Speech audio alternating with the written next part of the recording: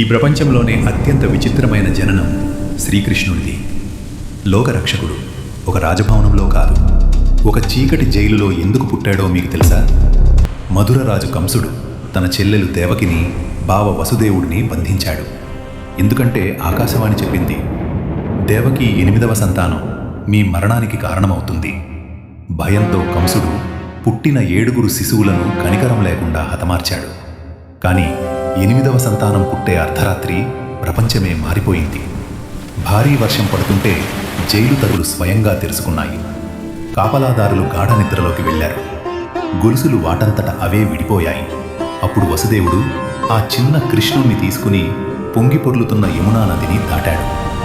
ఆశ్చర్యం ఏంటంటే యమునా నది తన ప్రభువు పాదాలను తాకాలని ఎకిలేచి మార్గమిచ్చింది. ఆదిశేషుడు తన ఫణాలతో గొడుగులా మారి ఆ దివ్య శిశువును కాపాడాడు. ఇది కేవలం ఒక గాథ కాదు. చీకటి ఎంత బలంగా ఉన్నా, అధర్మం ఎంత రాజ్యమేలినా, ధర్మం తన దారి తానే సృష్టించుకుంటుంది. అందుకే కృష్ణుడు జైలులో పుట్టలేదు, ధర్మాన్ని కాపాడడానికి పుట్టాడు. జై శ్రీకృష్ణ. కామెంట్లో రాయండి.